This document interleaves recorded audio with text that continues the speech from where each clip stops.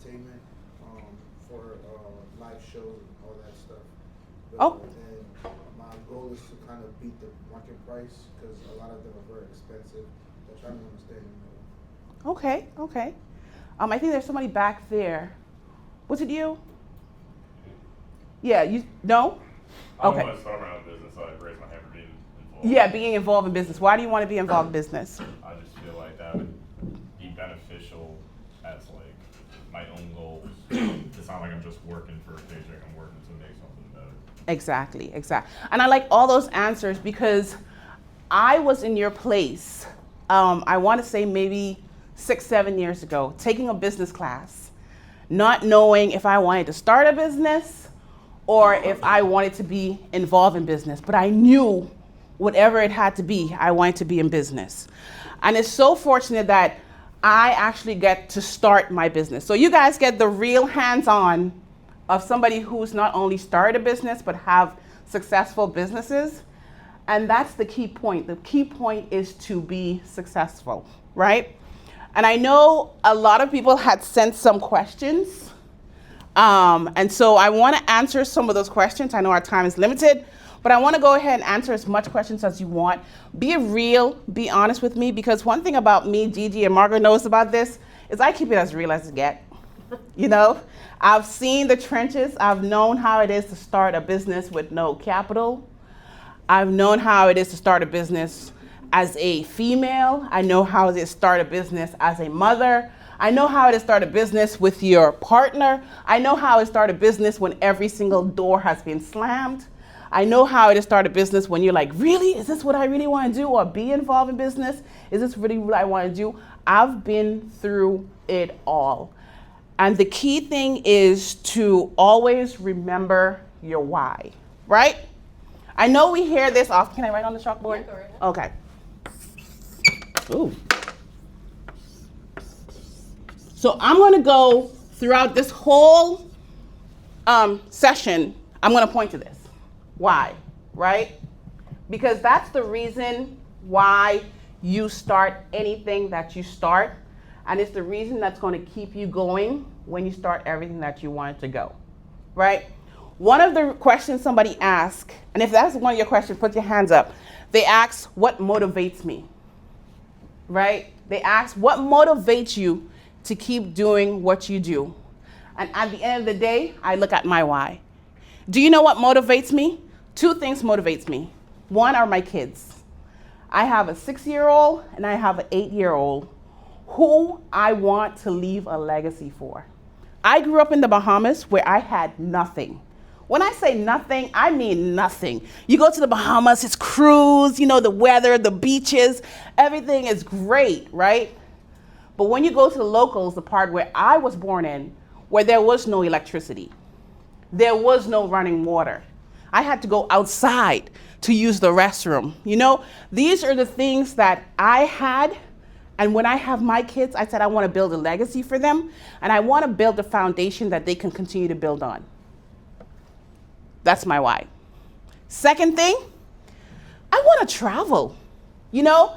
And in order for me to travel and don't worry about these things, I got to make money, right? And let's keep it real. That's one of the reasons you start a business too. You want to make money, right? Because when you have that tool with money, you can build so many things. You can build your dreams. You can do whatever you want to do. That shouldn't be your primary reason, but that should be one of your motives. Like, I want to have money so I can leave to my children, so I can make an impact to my community, so I can live a better life. So those are my 2 why, and that's what motivates me every single day to keep doing what I'm doing. Anybody got any, what are some of the other questions? If y'all don't remember them, I have them. I would assume they don't remember. That's fine, that's fine.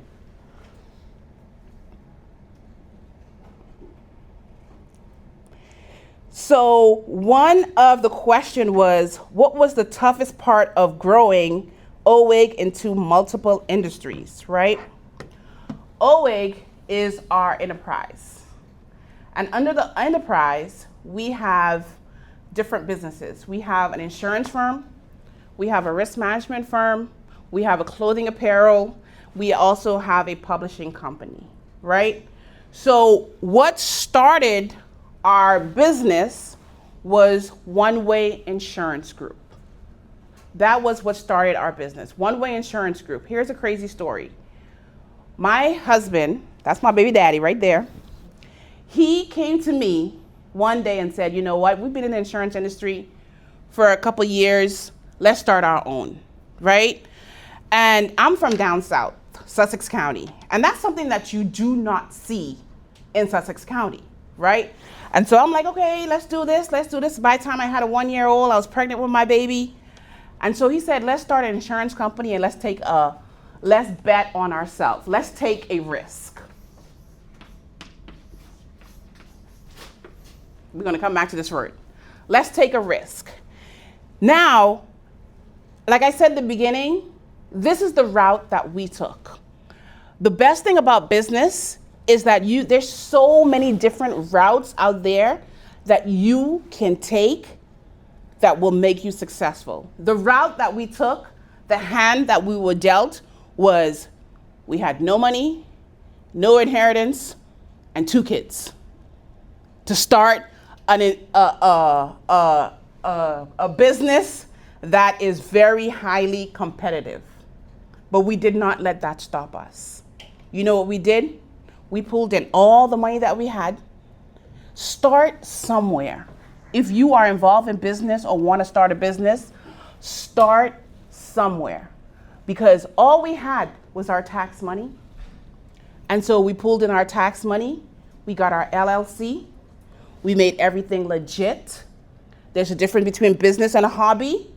Those two, if it's a hobby, you want to do it on the side, that's great. But if you want a real legit business, you have to have LLC, your business plan, you have to have a strategy, you have to have all these things, but you don't have to have them all at once, but you need to have those things, right? So we went ahead, started our business, 2019. What happened in 2020?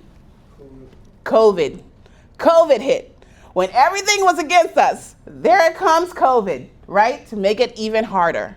But that didn't stop us because we went ahead and we started and we kept going and we kept grinding and we kept going.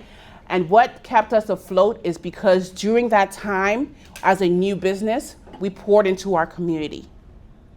Do not forget your community. Don't forget where you came from. Don't forget all those things. And then from that, we were able to build. And during that same year, our firm that we took a risk on, that nobody said that was going to happen, we won a national award. We became one of the fastest brokerage, not only in the state of Delaware, but in the country, right? So that's what happens when you take a risk and you realize that, hey, you can build from nothing. Another one, it says, what are some mistakes you made early in your journey and how did you grow from, what did you learn and grow from those mistakes? The first thing that we did is we had no business plan. We had no business. We opened the business and we're like, you know what? That's what we're going to do. We had no plan in the beginning. And so what we did is we winged it. Winging will get you to a certain point. But if you want a strategy, if you want a business or you want to work somewhere that's going to make a difference, you have to have a plan and you have to have a roadmap. You have to be able to say, this is where I want to go. So in the beginning, we didn't have a plan. Only thing we know is that we wanted to survive. And we're going to do everything that we can to survive. But then there's a point where your business or whoever you work with or whatever industry that you're in, that you cannot only survive, but you have to thrive. So having those plan in place. And then you know what I did not realize in the beginning? There are so many free resources out there, especially for the state of Delaware, that will help your business. One of the resources that helped us was the SBDC. I was able to get in contact with my advisor and they're like, okay, let's get your business plan. Let's get your different things in place. Let's figure out your profit and loss. Let's figure all these things out. And they were able to help us too. So there's so many free resources that you are not alone. And so once we started building those things, we went ahead and our business started scaling, right? So that's one of the things that we did.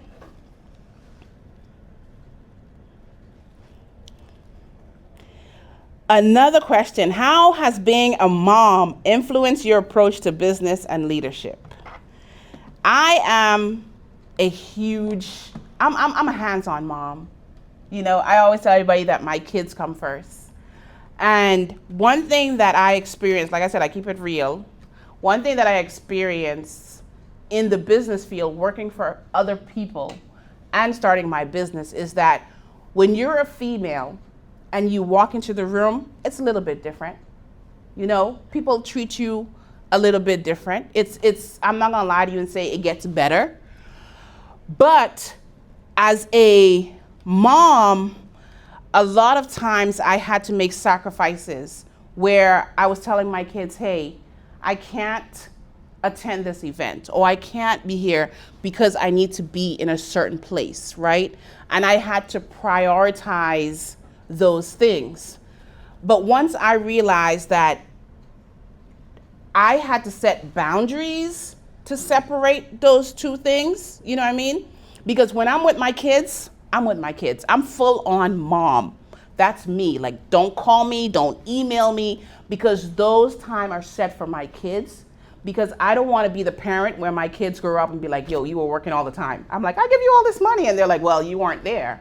You know, I don't want to be like one of them Kardashian kids. So that's, you know, so that's my priority with my children. When I'm at work, I'm at work. And I make sure to prioritize those times with my kids. And even as I don't know if you have kids or you plan to have kids or a family, when you do start your business or when you are in business, there's going to be time when you have to learn to prioritize. My advice to you, start early. Don't wait until you're in it and then saying, okay, this is what we're going to do. In the beginning, say, you know what? These are my boundaries. This is what I'm going to do. If I have a family, if I have a spouse or whatever it is, pets, whatever it is, set those boundaries early. And my females in the room, I want to tell you guys a story, right, that changed my life completely. I was always shy. Even in high school, I sat in the back. Even in college, sat in the back, had no friends because I'm like, I don't want anybody to talk to me and I don't want to talk to anybody. I just here to get my degree. And so I was always shy. And I lacked my confidence, you know, because when you walk into the room, mostly you see is males, you know? And when I first started the business, took that risk, before we opened our business, I've been in the insurance industry for 15 years. So when I say I know what I'm talking about, trust me, pat in the back, I know what I'm talking about. I had a client walk into my office. He came in, from the moment he walked in, he stepped in, arms crossed like this. And I'm like, okay, all right, then okay, that's cool, I'm cool. So I gave him his proposal, not saying anything. I'm like, this is where you're gonna say, this is what's gonna happen, this is how we're gonna help you, and not a word. He's just staring at me. And so at the end of the presentation, you know, so I was like, okay, so I'm waiting for his feedback, right? So at the time, he takes the proposal, he looks at it, and then he turns to my husband, and he gives my husband the proposal. He said, what do you think about this, right? At that time, I'm telling you, it broke me because I felt like I was giving my power. Like, how dare you take my work and then second guess my work? Like, what makes you think I don't know what I'm doing? But anyway, so I got a good husband. My husband was like, I don't even need to look at that. She's the best. So whatever she give you, that's the best. So he walked out of my office that day, and I remember I cried and I cried and I cried and I cried and I cried. Because to be honest, I felt like I was second guessing myself. Like, maybe I'm not cut up for this. Like, maybe this is not my thing. Maybe, you know, this is not what I'm supposed to do. And then my husband, he said, don't you ever let anybody come into your space and take your power away from you. And that, I tell everybody, that was the worst and best day of my life, because it was that day that I built my confidence.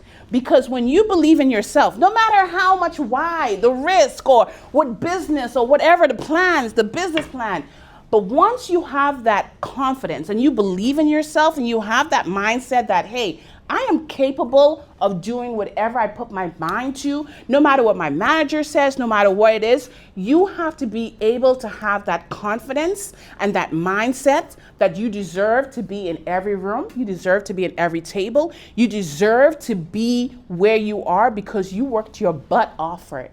Many people right now, they're in their beds, they're doing different things, but you choose to be in this classroom. You chose this program because you wanted to better yourself. And don't you let anybody take that from you and tell you that you are less than worth it. And that was the day that changed my life. And now when I walk into rooms, I walk with my head held high. You know, I used to be like this, hey, thank you for letting me in. Not today. Not today. So have that confidence and that mindset that you are capable to do whatever you want to do. I'm just answering some questions. So if you guys come up with any more questions, let me know, okay? It says, what advice would you give students who want to take risk and start something of their own? My best one, and here's the word, risk. It's a risk. If you want to start your business, it's a risk. The gentleman back there who started his business, right? When did you start your business? When? I actually started 2022. 2022? Yeah. Were you scared? Sorry? Were you scared? No. No? Why? Because I was already in the industry, so I was just like, you know, I just started as a band, and then I switched over to music production because I saw the money in it. I started this past summer actually. So you weren't scared? So what was, I want to know your process, like what was your mental process? Like why weren't you scared? Because most people who start businesses, they're scared. So why weren't you scared? You knew the industry, but I mean like you were like, okay, I'm taking a risk on myself. Yeah. I'm betting on myself. Because one, I felt like I was good, like, and most of the time in Delaware, like especially in the African community, like I'm the go-to guy that everybody goes to. But when it comes to funds and like trying to get equipment for my business, like that's when I kind of get discouraged because there's no money to fund it. Yeah. So that's the only part that I'm a little shaky about. Okay. So lack of resources. Yeah. Right? Sometimes you feel alone. Right? Yep. But you know your craft. Yeah. Right? Yeah. And these, honestly, to be honest, if you ask any business owner or anybody who start, they're alone, resources. Where am I going to get the money at? Who's going to help me? How am I going to get the clients? And you're probably going to come to me and be like, okay, Gigi, give me the answer to these. The truth is, I don't know. That's the truth. But you know who knows? You. Right? So right here, this is the formula to start.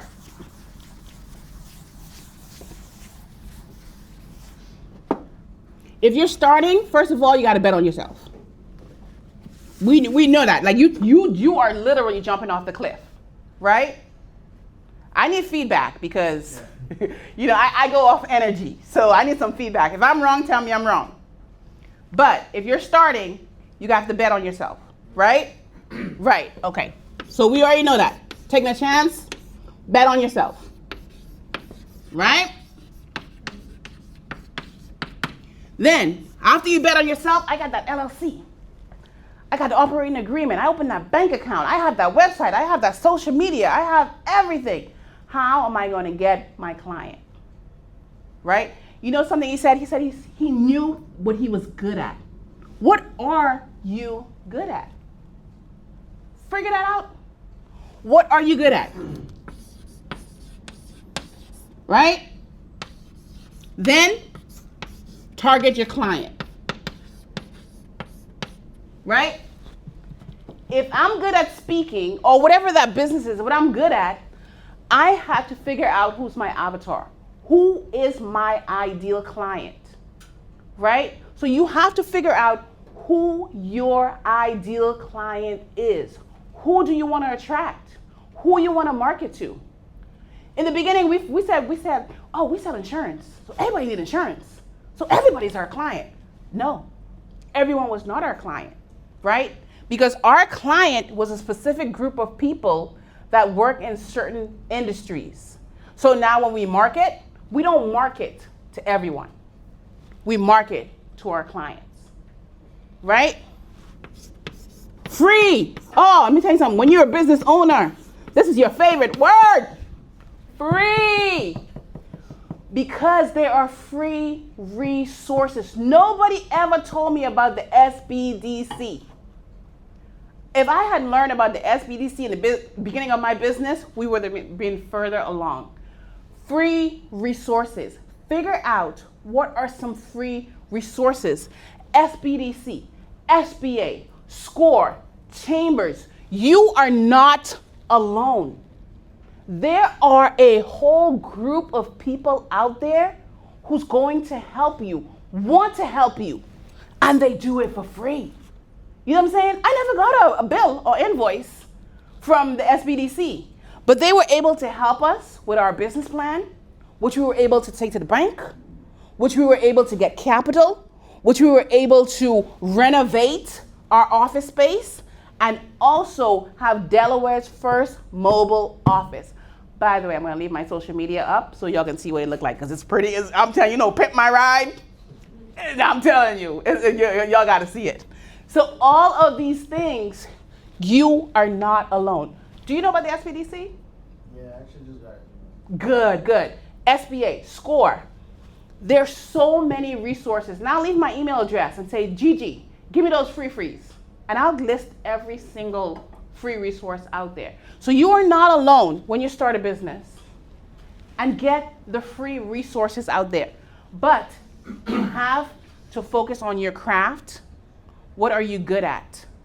You have to be able to focus. That's what's going to set you apart. Like how you said, from your competitors. You know what I'm saying? That's what's going to set you apart. You're not alone and you have resources, right? So, but I don't know how this class is, but Margot, I need to hear some responses like, hey, remember when you came there a couple years ago? This person used this resource. This person used this report. I want to be able to come to your ribbon cuttings. I want to be able to come to your businesses. I want to be able to be like, yeah, what's your name? Me? Yeah. Bella. I'd be like, yes, I know Bella. Bella, good. Look at you, Bella. The promotion, the business. I want to be able to cheer you on because I want you to know that you are not alone because I've been there. I've been there. Thank God I have my husband. You know what I'm saying? Because when we took a risk, bet on ourselves, everybody thought we were crazy. You have 2 kids. You have an income coming every 2 weeks. Like, why would you do this? Our families, they're like, we love you, but that's not going to work. Went to the bank. Y'all don't have any money, so that's not going to work. We try to beg people, come on, just give me an insurance quote. That's been there. And this place is not a good place. But it allowed us to build our character. It allowed us to go ahead and find those resources. So if you're starting or you want to start, you are not alone, and find those free resources. So the other ones is, let's see, trying to find a good one. What one challenge you face as a first-generation business owner, and how did you overcome it? One of the challenges that there were many, but one of the challenges that we face, well, me personally, that I face was my mindset. And I know people say this a lot, mindset. I was one of those people, I'm like, if I hear mindset one more time, but one of the things is my mindset. You can perfect your craft, like my business owner over there. He can be the best out there. You know what I mean? But if his mindset he's not the best, if his mindset is this is not going to work, if his mindset is I'm not going to get the capital, if his mindset is I'm not going to get the clients, guess what's going to happen? His mindset is going to take over his craft, right? So one of the things that I had was I always work for people. Since I was 13 in the Bahamas, I was working. And I've always had that employee mindset. You know, I know how to be a really good employee. I'm telling you, anybody give me a job, I promise you, I'll climb that ladder, boop, boop, boop, boop, boop, boop, because I know how to be a good employee. But as a first generation business owner, nobody taught me how to run a business. So I had to learn that the hard way. And I walked into my business with my employee mindset. I walked into, I got to get the task done. I got to close the sale. I got to do that. But I did not walk into the business of how can I scale my business? How can I expand my business? What can I do for my employees? You know, how can I put my business in a position where if I am not there, that business is still going? That's the mindset that was hard for me to switch from an employee mindset, and not just a business owner mindset, but a CEO mindset. So at the end of the day, your mindset, what you think, what you put in here is the most important things. What did I do? I started going to conferences. If there was a conference that I felt catered to me, I would do it. I started taking some classes, some online classes. I started reading some books, because just like your mindset, it's like a muscle, right? Who goes to the gym? Right? I can see it. I saw it when you put that. I saw that muscle. Right? It's a muscle, and you have to build it, and you have to build it. You have to build it, because the most important thing, if there's nothing I said and you don't remember anything, is this: bet on yourself. Take that risk, because you are your greatest asset. You can do whatever you put your mind to. And if somebody says that it's impossible, you tell them. I had a lady with this bright jacket who came 10 minutes late come to my class, who grew up in a country where she had no electricity, outside bathroom. Sometimes I would come home, there would be no food. I had a lady who had nothing, and she stood in front of my class and she showed me that it can be done.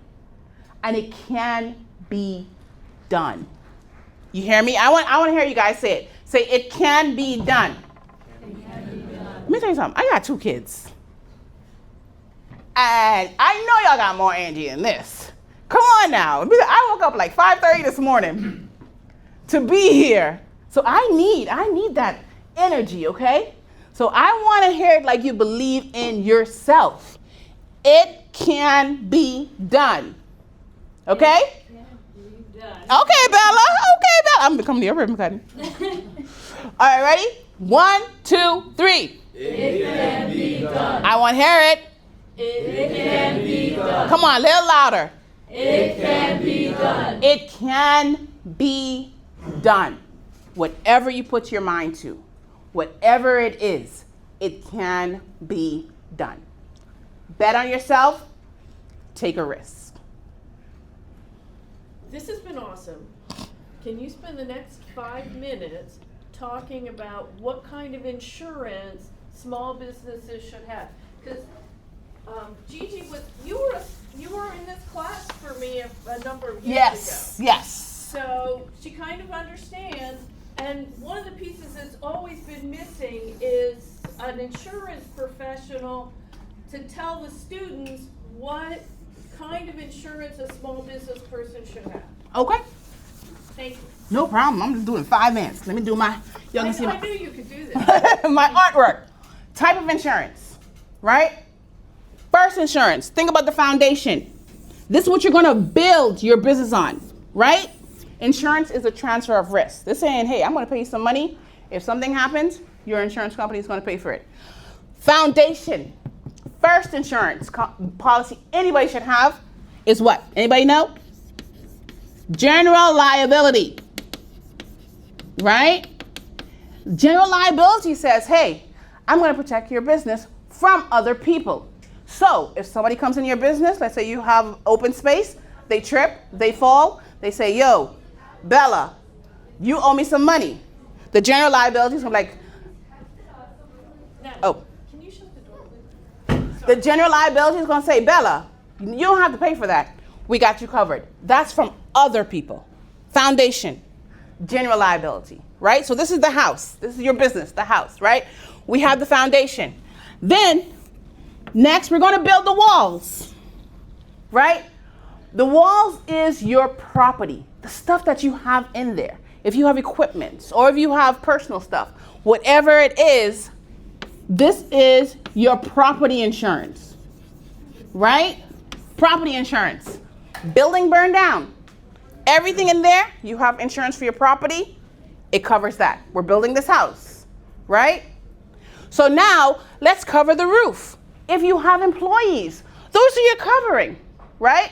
So the employees, everybody says, oh, I have general liability. That's great, but it doesn't cover your employees. What do you need for employees? Anybody know?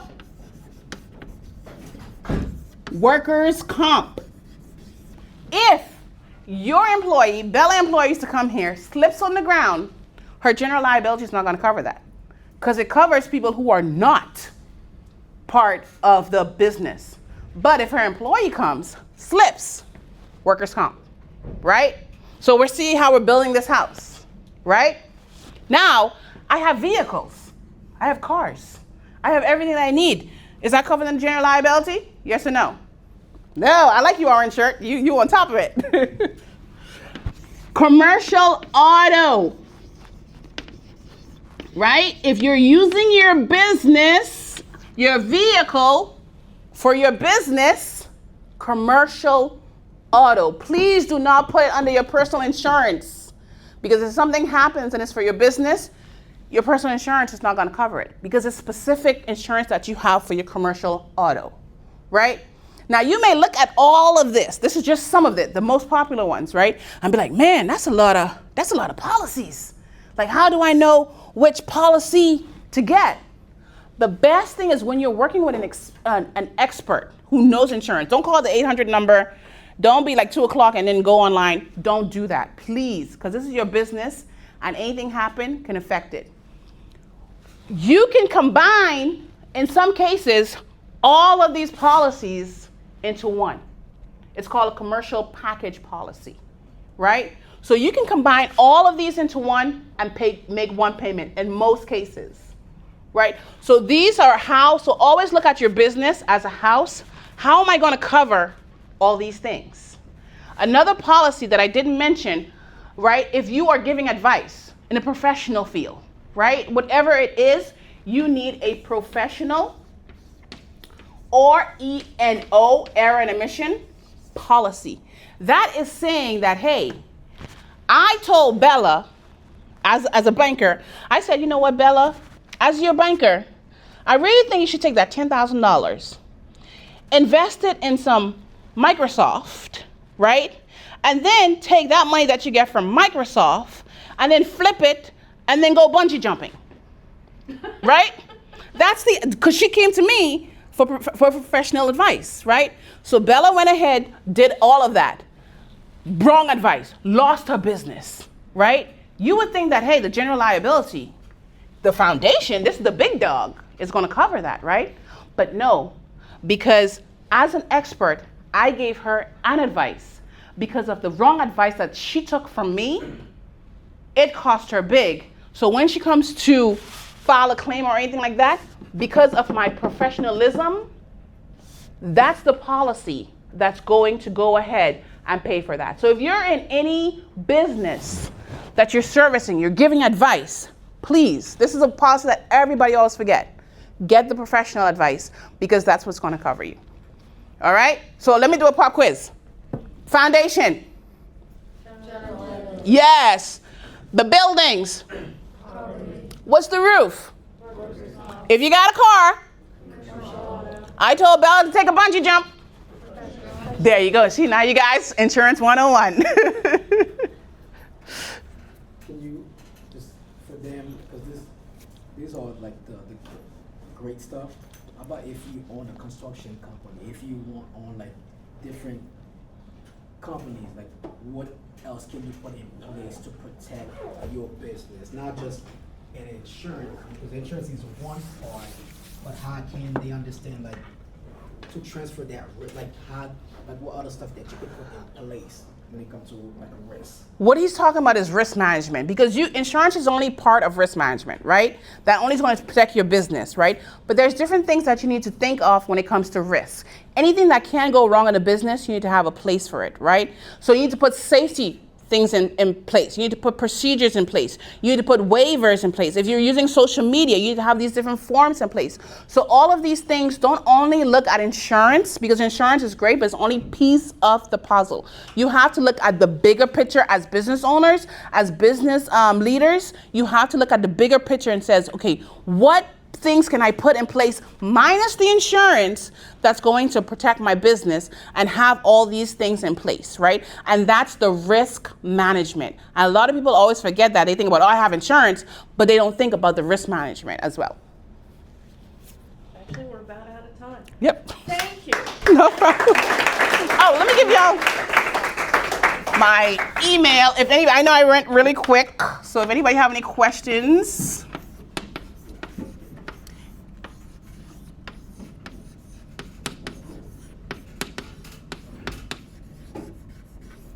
So it's GJEAN@oeginc.com.